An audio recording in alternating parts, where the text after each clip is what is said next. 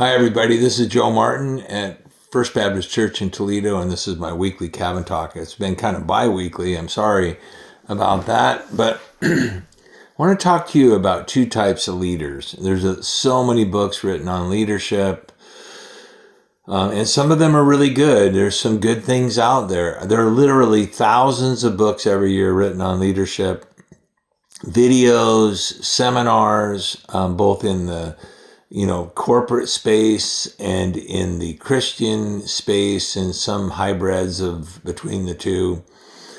And so leadership is a big topic, but if we really had a lock on it, we wouldn't keep rewriting and rewriting and rewriting. And the reason why leadership is important is because there's no area where being like Christ will stand out more than the way you lead. And you may not think about it, but being a leader is really anybody who has somebody who follows them or listens to them. We have new names for that now. We'll say in the broadest sense, like an influencer, somebody who has influence with other people. Now we see, but the Gospels lay out leadership very starkly, like in very, very these binary terms where there are really two types of leaders. There are worldly leaders and there are Christlike leaders. And so we see this played out among religious people in the earliest moments. In Mark chapter 10, it says, excuse me, James and John, the two sons of Zebedee, came up to Jesus saying, "Teacher, we want you to do this. Do whatever we ask for you." Now, we realize from some of the other Gospels that they had their mom involved too. And he said to them, "What do you want me to do for you?" And they said, "Grant that we may sit one on your right and one on your left in your glory." But Jesus said to them, "You do not know what you're asking. Are you able to drink the cup that I drink, or to be baptized at the baptism with which I am baptized?" They said to him, "We are able." And Jesus said to them, "The cup that I drink, you shall drink, and you shall be baptized with the baptism with which I am baptized. But to sit on my right or my left, this is not mine to give, but to those for whom it has been prepared." Hearing this, the 10 began to feel indignant at James and John. Calling them to himself, Jesus said to them, "You know those who are recognized as the rulers of the Gentiles lord it over them, and their great men exercise authority over them. But it is not this way among you, but whoever wishes to become great among you shall be your servant. And whoever wishes to be first among you shall be slave to all. For even the Son of Man did not come to be served, but to serve and to give his life as a ransom for many." Now, we're talking about giving friends Christ this coming Sunday in our regular Sunday services. And it's directly related to serving. But in worldly leaders, though there is a kind of a post-Christian or a kind of Christian cultural idea, kind of some lip service paid to being servants, and you see politicians working at a lunch counter or something. Worldly leaders are just like James and John. They are self-promoting.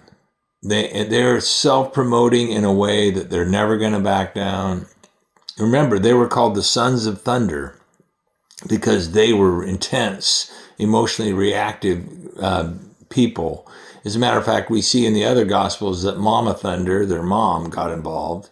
James and John, the two sons of Zebedee, came to Jesus, "Teacher, we want you to do for us whatever we ask." Isn't that just the world we're living in? Now, I'm not saying it's not it's wrong to lay out what you're really looking for, but worldly leaders are always looking to promote themselves. And he said to them, what do you want me to do for you? And they say, grant that we may sit one on your right hand and one on your left in your glory. I mean, we want glory. We want to have a central spot. We want to be in charge. As a matter of fact, we don't really see from John and James anything in the narratives that they ever apologize for this. And that is characteristic of worldly leaders. They almost never show weakness. They don't want to ever back up. Second thing about them is they are self-deceived. Jesus said to them, you do not know what you're asking. He was talking about, or he said, are you able to drink the cup that I'm about to be baptized with, the baptism which I am baptized? He's talking about suffering. Do you have any idea what you're really asking for? Most people promote themselves into places that they aren't really ready for. When you self-promote, you can end up ending with responsibilities that are way beyond your skill set, maturity, or competence. It's called the Peter principle among some people, that you just promote yourself into your ultimate level of incompetence. But self-promotion works because people that promote themselves will, we have lots of names for them, but we also see it. And we also don't like it because sometimes we feel like they kind of skipped ahead of the line. And they said to him, this is their self-deception, we are able. And Jesus said to him, the cup that I drink, you shall drink, and you shall be baptized with the baptism of time. You're going to experience this, but it's not what you think. When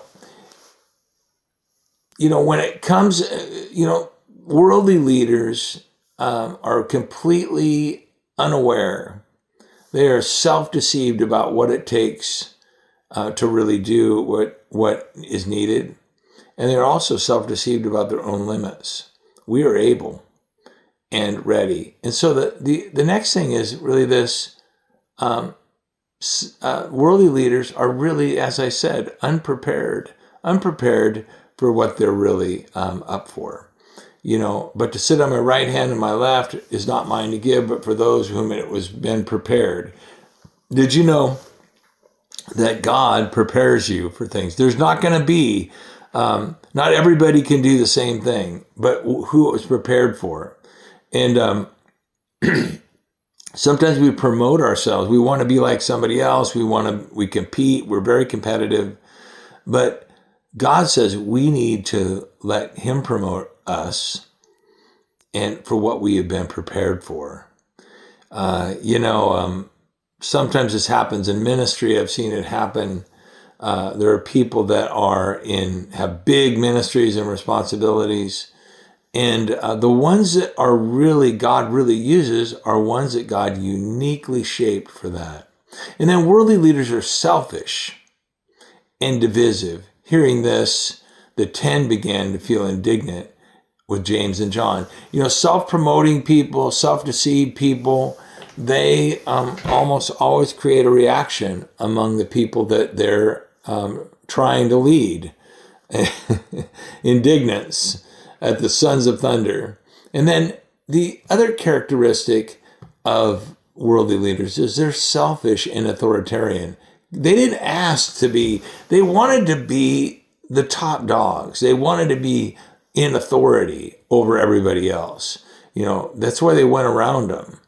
Calling them to himself, though, Jesus said to them, those who are recognized as rulers of the Gentiles, listen, lord it over them. That's what these guys wanted. And their great men exercise authority over them. They wanted to be authoritarian. And then Jesus just comes down, and this is, folks, let me tell you what, within the kingdom of God, this is not subject to interpretation. He says, it is not this way among you. This is not how it's supposed to be. Top down, authoritarian. It is, you don't get a pass just because you get things done or because, you're the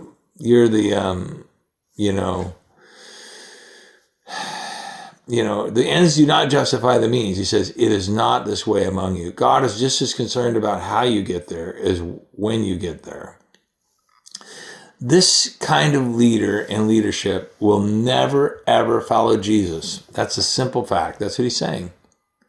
This kind of leader and leadership will not only never follow Jesus or be like Jesus, no matter how much God talk they use. And people use God talk, whether they're in a pulpit or a lectern or, whatever, or running something. They will, no matter how much God talk they use and how much, kind of, religious language they use, this kind of leader will never follow Jesus or be like Jesus, no matter how much God talk. But it is not this way among you.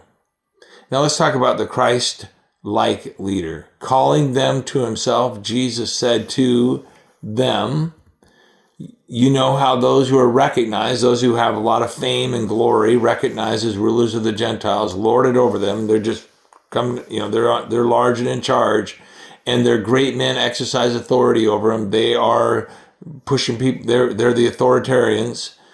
But it is not this way among you. But whoever wishes to become great among you shall be your servant. And whoever wishes to be first among you shall be the slave of all. For even the Son of Man did not come to be served, but to serve and to give his life as a ransom for many. Now, what does a Christ-like leader do? Well, this self-depreciating is not this way among you. Whoever wishes to become great among you shall be your servant. This is the person who doesn't promote themselves, but literally takes the lowest spot, does the foot washing, takes the last seat at the table. This is a person who intentionally practices the place of the servant. The second thing is, the Christ-like servant is self-denying. They're a slave, or as Paul later says, a bond slave for Christ. A bond slave was a love slave. This was a person who had been freed from their bondage or their, what we would call their indentured service or their slavery as a captive. And they chose out of love, just because they loved their master, to be his bond slave. So I'm not doing it for you, but for him. This is what a Christian, a real follower of Jesus, is going to be thinking. I'm not doing this for the people in the church or whatever, or this guy over here, or for my relatives. I'm doing this for him. Because if I was doing it for you, I wouldn't do it, but for him, I'll do it. The third thing is, not only is a Christ-like leader self-denying, but they're self-sacrificing. He said he uses himself as the example, which is important. The Son of Man came not to be served, but to be a servant and to give himself as a ransom for many. A ransom for many. He's the one that says, I'm going to take one for the team, which is what he did for us. Never confuse these type of leaders. Never rationalize or justify and say, oh, that person's a leader. You recognize them for what they are. They are mutually exclusive. It is not this way among you. But whoever wishes to become great among you shall be your servant. Never call great what God says is not great, or never call good evil and evil good. And so do not admire or imitate worldly leaders. Just don't do it. You know what? If you imitate worldly leaders, you will become worldly. You will hit what you watch. You will hit what you aim at. And when you will not fulfill God's will for your life when you admire or imitate worldly leaders, whether it's got a few scripture verses sprinkled in or not. And here's why I say that. You will never get God's will for your life if you do that. And no matter what's going on in your life, Romans 8:28, Paul says, for we know that God causes all things together for good for those who love God and are called according to his purpose. And then he shares his purpose. Here is God's will for your life. For those he foreknew, he also predestined to become, here it is, conformed to the image of his Son, so that he would be the firstborn among many brethren. Everything that's going on in your life, good, bad, everything that's going on in the world, God works it all together for good for those that love him and are called according to his purpose. But you got to know his purpose. His purpose is that you will be conformed to his image, and his image as a leader. So where are you leading? You are, whether you realize it or not. Second question is, how are you leading? Where are you taking the love slave position in your family or in your friends or in your church, but mostly in your heart? Because when you do it from a love slave, as a love slave, you're doing it for him, not with resentment, no matter who is going on. And where are you choosing to be a servant? To see needs. This is what it means. The servant looks for needs and meets them, even when it's inconvenient, even when it's expensive, even when it's hard. And so where do you start being a servant? Well, let me tell you where you start. You start at home. Start in your marriage. Start with your kids. Start with the dishes. Start with chores. Start with not grumbling and complaining. Where can you be a servant? You can start at church. Don't have to do anything big. Just start. Or with your neighbors. You see a need and you meet it. Or with your friends. Or so forth and so on. What I'm saying to you, there are two kinds of servants. Which one will you be? There are two ways to live your life. The one that follows Jesus. The one that serves Jesus. And the one that serves yourself and the world. So you choose. Who are you going to serve? Thank you for watching this. Thank you for taking some time. I hope to see you on Sunday if you can make it, if it's physically possible for you to gather. Remember to invite some people, your 2 people to invite this week as we approach Easter. And thank you so much for your generosity. Some of you, I know you give online. You go to our website and go to TFBC, ToledoFirstBaptist.com/give, and it'll show you exactly what to do. And thank you for that support. And it really, really makes a huge difference. That's one of the ways that we can serve too. So if there's some way we can help you, just let us know. God bless.